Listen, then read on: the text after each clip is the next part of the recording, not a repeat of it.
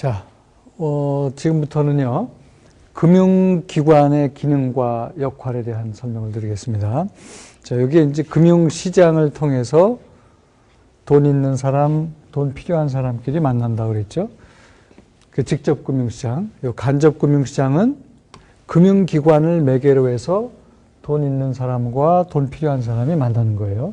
은행의 예를 들어보면 예금의 형태로 돈 있는 사람으로부터 돈을 걷어서 은행이 그 돈을 가지고 어때요? 돈 필요한 기업에게 대출을 해주죠. 그죠? 그 돈이 예금의 형태로 은행으로 흘러 들어가서 대출의 형태로 돈 필요한 사람한테 이렇게 흘러나가는 겁니다.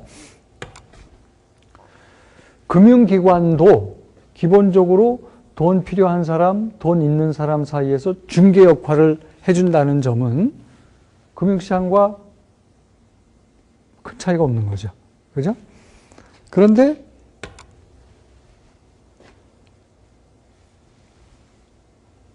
여기 있는 얘기를 보시면 대부분의 나라에서 직접 금융 비용과 직접 금융의 비중과 그러니까 금융시장을 통해서 그러니까 기업 입장에서 쉽게 이렇게 얘기를 한번 해보자고요. 기업 입장에서 돈이 필요한데 금융시장에 가서 주식 채권 발행을 하는 비율과 은행이나 금융기관 가가지고 돈 빌리는 비율과 어느 게 더 비율이 클 것 같아요?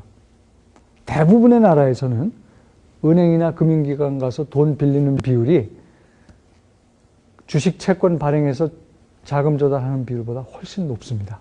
우리나라도 마찬가지예요. 그래서 그 얘기가 지금 직접 금융보다 간접 금융의 비중이 더 크다라고 지금 얘기를 하고 있습니다.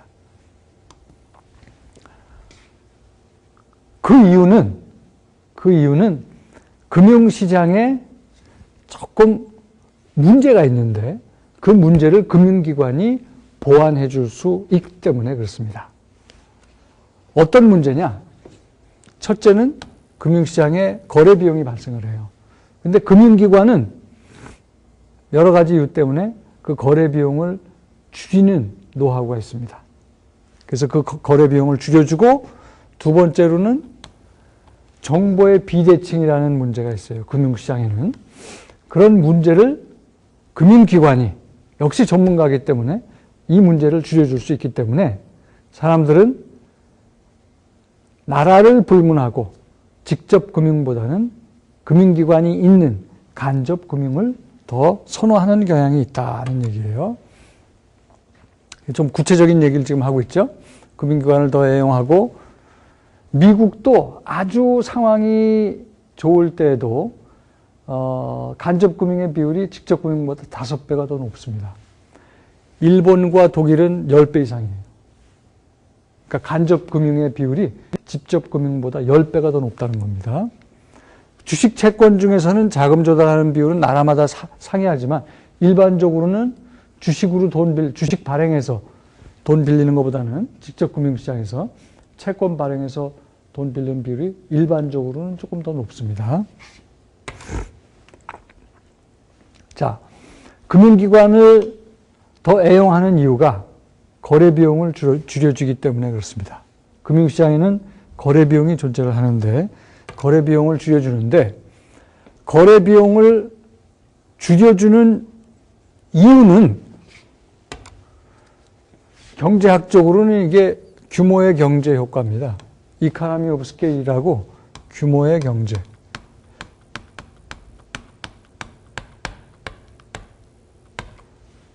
규모의 경제. 이 경제학을 들으신 분들은 다 배우셨을 텐데 사이즈가 커지면 단위당 비용은 줄어들어요. 그게 규모의 경제 효과입니다. 은행의 예를 들어보면 은행이 예금을 한두 사람한테 받는 게 아니잖아요.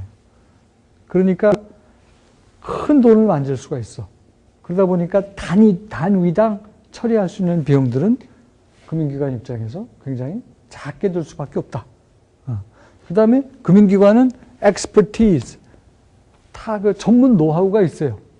속된 말로 이걸로 밥 먹고 사는 사람들이니까. 그래서 잘 아는 사람들이기 때문에 돈에 관한 한 돈을 어떻게 굴릴 수 있는지 그 노하우도 있고 그래서 돈과 관련된 거래 비용을 금융기관은 줄여줄 수가 있다는 얘기죠. 근데 이렇게 거래 비용이 적게 들다 보니까 유동성 서비스가 가능해요. 그 유동성 서비스가 가능하다는 얘기는 이제 무슨 말이냐면, 여러분들이 그 은행에 이제 보통 돈을 집어넣고 보통 예금의 형태로 돈을 집어넣는다고 할까요? 그러면은 입출금이 자유롭잖아요. 그죠? 수시로 필요할 때마다 돈을 꺼내 쓸 수가 있는데도 거기에 뭐 요새 같으면 금리가 굉장히 떨어졌지만 금리가 붙는단 말이에요.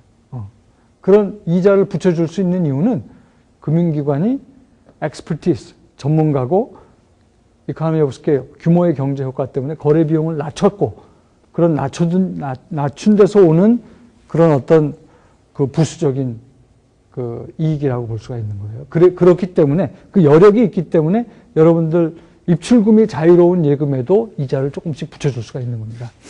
그 다음에 이제 여러분들은 체킹 어카운트에 대해서 조금 잘 모르실 텐데 이게 이제 가계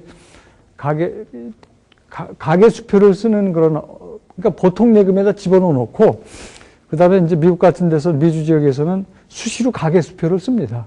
그래서 은행이나 돈, 우리 쇼핑 같은 데 가면은 현금 아니면 크레딧 카드 쓰는데, 미국 같으면은 미주 지역에서는 가계 수표를 써요. 그런 서비스도, 은행이 이런 거래 비용을 줄일 수 있는 그런 여력이 있기 때문에 이런 서비스를 해줄 수가 있는 거다 하는 얘기예요. 그 다음에 리스크 쉐어링을 조금 이제 다르게 분류한 분들도 있는데, 이것도 기본적으로는 거래 비용이 작게 들기 때문에 일어나는 현상이다라고 볼 수가 있습니다.